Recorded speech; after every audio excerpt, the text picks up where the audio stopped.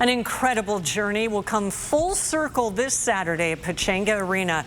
Some of the top mixed martial artists in the world will compete in the Bellator Champions Series.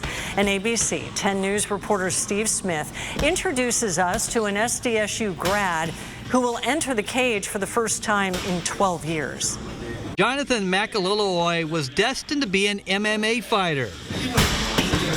Why not? His family owned a martial arts studio. He also comes from a family of fighters. Growing up, I wanted to be an artist.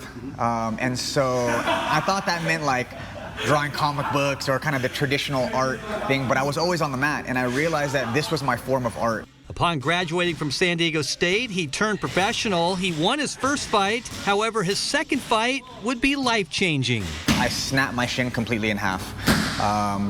That's my only loss. That loss kind of sent me on this existential crisis, and that was when I decided to walk away from fighting. Destined to be a fighter, his gut told him he needed to try something else. The scary part was letting go, which I feel like we struggle with most as human beings, is just our ability to let go.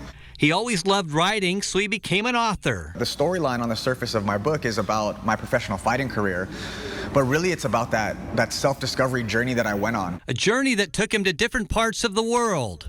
Tahiti, New Zealand, Australia, Southeast Asia. And while traveling, he settled down in Costa Rica to be a teacher. I kind of just lived a completely different lifestyle. He says after 12 years of finding himself, he needed to complete that last chapter.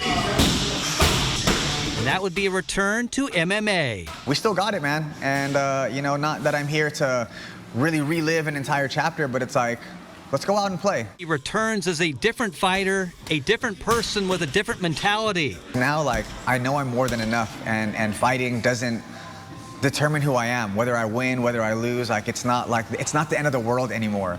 And I feel like there's a freedom that comes with that. Steve Smith, ABC 10 News. After his fighting days are over, John wants to continue to write and would also like to become a motivational speaker. Steve Smith covers stories on local athletes and teams.